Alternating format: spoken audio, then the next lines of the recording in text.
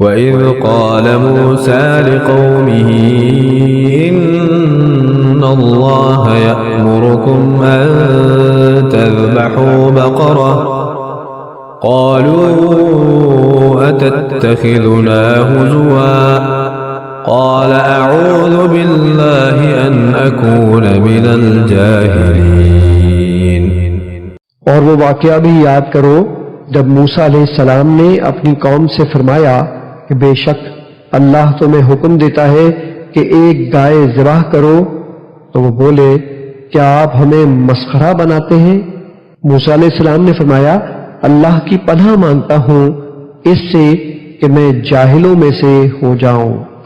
قالوا ادع لنا ربك يبين لنا ما هي قال إنه يقول إنها بقرة لا فارض ولا بكر عوان بين ذلك فافعلوا ما تؤمرون۔ تب انہوں نے کہا آپ ہمارے لیے اپنے رب سے دعا کریں کہ وہ ہم پر واضح کر دے کہ وہ گائے کیسی ہو۔ موسیٰ علیہ السلام نے کہا بے شک وہ فرماتا ہے کہ وہ گائے نہ تو بوڑھی ہو اور نہ بالکل کم عمر اوسر، بلکہ درمیانی عمر کی راس ہو، بس اب تعمیل کرو جس کا تمہیں حکم دیا گیا ہے۔ قالوا ادع لنا ربك يبين لنا ما لونها قال إنه يقول إنها بقرة صفراء فاقع لونها تسر الناظرين۔ وہ پھر بولے اپنے رب سے ہمارے حق میں دعا کرے وہ ہمارے لیے واضح کر دے کہ اس کا رنگ کیسا ہو۔ موسیٰ علیہ السلام نے کہا وہ فرماتا ہے کہ وہ گائے زرد رنگ کی ہو، اس کی رنگت خوب گہری ہو، ایسی جاذب نظر ہو کہ دیکھنے والوں کو بہت بھلی لگے۔ قالوا ادع لنا ربك يبين لنا ما هي إن البقرة شابه علينا وإنا إن شاء الله لمهتدون۔ اب انہوں نے کہا آپ ہمارے لیے اپنے رب سے درخواست کیجئے کہ وہ ہم پر واضح فرما دے کہ وہ کون سی گائے ہے، کیونکہ ہم پر گائے مشتبہ ہو گئی ہے، اور یقیناً اگر اللہ نے چاہا تو ہم ضرور ہدایت یافتہ ہو جائیں گے۔ قال إنه يقول إنها بقرة لا ذلول تثير الأرض ولا تسقي الحرث مسلمة لا شية فيها قالوا الآن جئت بالحق فذبحوها وما كانوا يفعلون۔ موسیٰ علیہ السلام نے کہا اللہ تعالیٰ فرماتا ہے وہ کوئی گھٹیا گائے نہیں بلکہ یقینی طور پر ایسی اعلیٰ گائے ہو جس سے نہ زمین میں ہل چلانے کی محنت دی جاتی ہو اور نہ کھیتی کو پانی دیتی ہو، بلکہ تندرست ہو، اس میں کوئی داغ دھبا بھی نہ ہو۔ انہوں نے کہا اب آپ ٹھیک بات لائے ہیں، پھر انہوں نے اس کو ذبح کیا حالانکہ وہ ذبح کرتے معلوم نہ ہوتے تھے۔ وَإِذْ قَتَلْتُمْ نَفْسًا فَادَّارَأْتُمْ فِيهَا وَاللَّهُ مُخْرِجٌ مَا كُنتُمْ تَكْتُمُونَ۔ اور جب تم نے ایک شخص کو قتل کر دیا پھر تم آپس میں اس کے الزام میں جھگڑنے لگے، اور اللہ وہ بات ظاہر فرمانے والا تھا جسے تم چھپا رہے تھے۔ فَقُلْنَا اضْرِبُوهُ بِبَعْضِهَا كَذَلِكَ يُحْيِي اللَّهُ الْمَوْتَى وَيُرِيكُمْ آيَاتِهِ لَعَلَّكُمْ تَعْقِلُونَ۔ پھر ہم نے حکم دیا کہ اس مردہ پر اس گائے کا ایک ٹکڑا مارو، اسی طرح اللہ مردوں کو زندہ فرماتا ہے یا قیامت کے دن مردوں کو زندہ کرے گا، اور تمہیں اپنی نشانیاں دکھاتا ہے تاکہ تم عقل و شعور سے کام لو۔ ثم قست قلوبكم من بعد ذلك فهي كالحجارة أو أشد قسوة وإن من الحجارة لما يتفجر منه الأنهار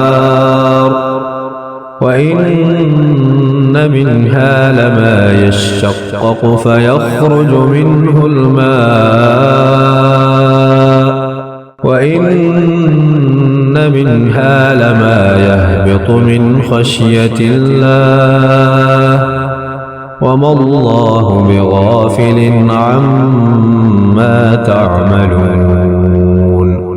پھر اس کے بعد بھی تمہارے دل سخت ہو گئے، چنانچہ وہ سختی میں پتھروں جیسے ہو گئے ہیں یا ان سے بھی زیادہ سخت ہو چکے ہیں، اس لیے کہ بے شک پتھروں میں تو بعض ایسے بھی ہیں جن سے نہریں پھوٹ نکلتی ہیں، اور یقیناً ان میں سے بعض وہ پتھر بھی ہیں جو پھٹ جاتے ہیں تو ان سے پانی ابل پڑتا ہے، اور بے شک ان میں سے بعض ایسے بھی ہیں جو اللہ کے خوف سے گر پڑتے ہیں۔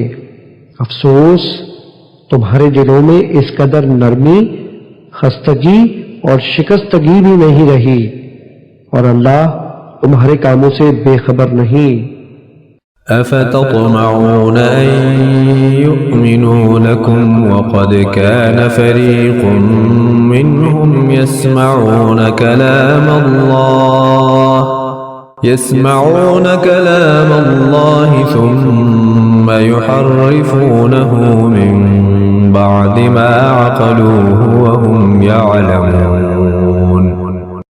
اے مسلمانوں، کیا تم یہ توقع رکھتے ہو کہ وہ یہودی تم پر یقین کر لیں گے، جبکہ ان میں سے ایک گروہ کے لوگ ایسے بھی تھے کہ اللہ کا کلام تورات سنتے پھر اسے سمجھنے کے بعد خود بدل دیتے، حالانکہ وہ خوب جانتے تھے کہ حقیقت کیا ہے اور وہ کیا کر رہے ہیں۔ وَإِذَا لَقُوا الَّذِينَ آمَنُوا قَالُوا آمَنَّا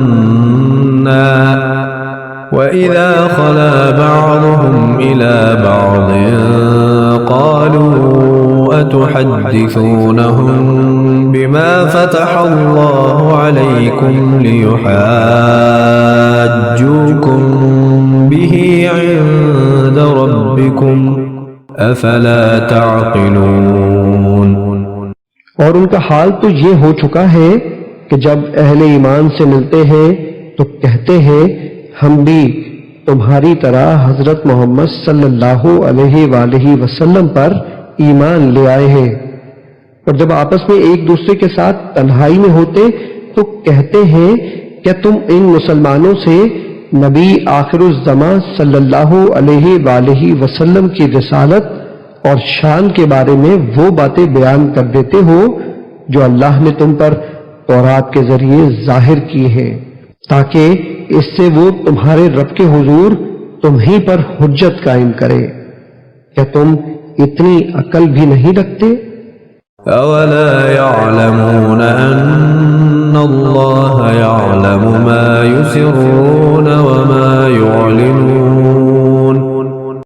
کیا وہ نہیں جانتے کہ اللہ کو وہ سب کچھ معلوم ہے جو وہ چھپاتے ہیں اور جو ظاہر کرتے ہیں۔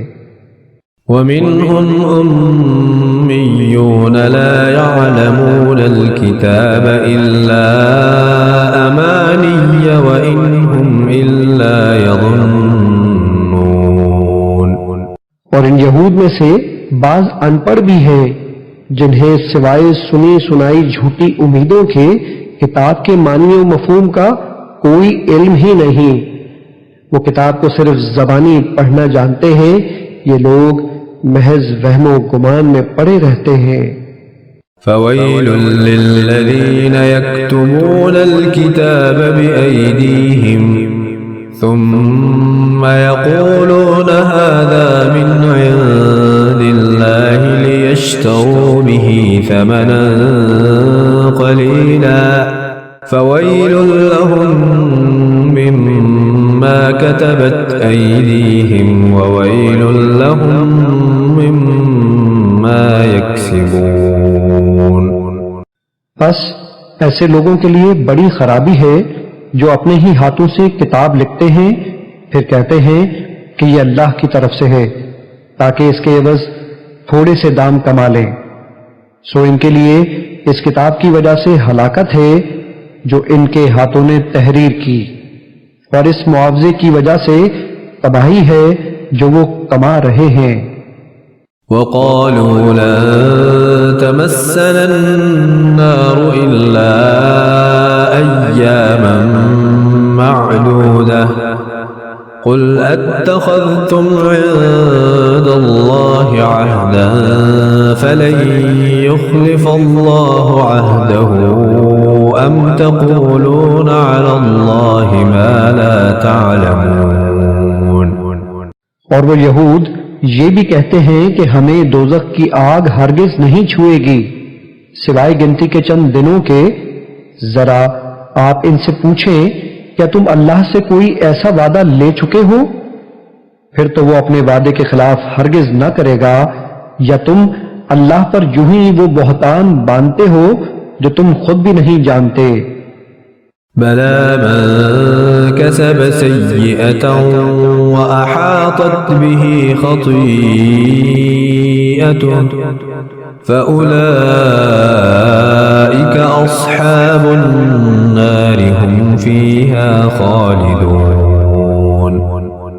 ہاں واقعی جس نے برائی اختیار کی اور اس کے گناہوں نے اس کو ہر طرف سے گھیر لیا تو وہی لوگ دوزخی ہیں، وہ اس میں ہمیشہ رہنے والے ہیں۔ والذین آمنوا وعملوا الصالحات اولئک اصحاب الجنة هم فیہا خالدون۔ اور جو لوگ ایمان لائے اور انہوں نے نیک عمل کیے تو وہی لوگ جنتی ہیں، وہ اس میں ہمیشہ رہنے والے ہیں۔ وَإِذْ أَخَذْنَا مِيثَاقَ بَنِي إِسْرَائِيلَ لَا تَعْبُدُونَ إِلَّا اللَّهَ وَبِالْوَالِدَيْنِ إِحْسَانًا وَذِي الْقُرْبَى وَالْيَتَامَى وَالْمَسَاكِينِ وَقُولُوا لِلنَّاسِ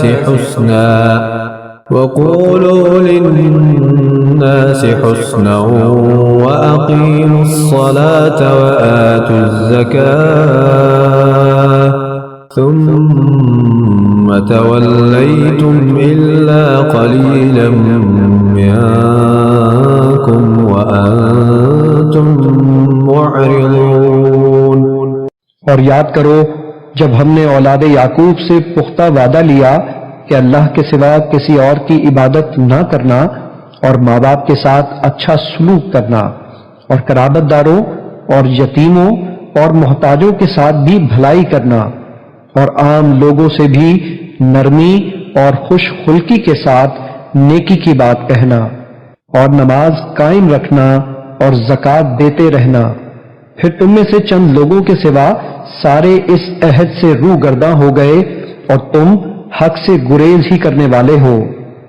وَإِذْ أَخَذْنَا مِيثَاقَكُمْ لَا تَسْفِكُونَ دِمَاءَكُمْ وَلَا تُخْرِجُونَ أَنفُسَكُمْ مِنْ دِيَارِكُمْ ثُمَّ أَقْرَرْتُمْ وَأَنْتُمْ تَشْهَدُونَ۔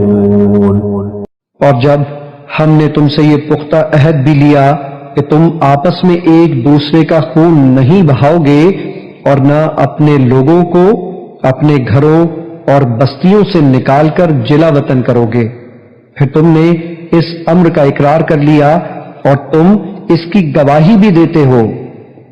ثم أنتم هؤلاء تقتلون أنفسكم وتخرجون فريقا منكم من ديارهم تظاهرون عليهم بالإثم والعدوان وإن يأتوكم أسارى تفادوهم وهو محرم عليكم إخراجهم أفتؤمنون ببعض الكتاب وتكفرون ببعض فما جزاء من يفعل ذلك منكم إلا خزي في الحياة الدنيا ويوم القيامة يردون إلى أشد العذاب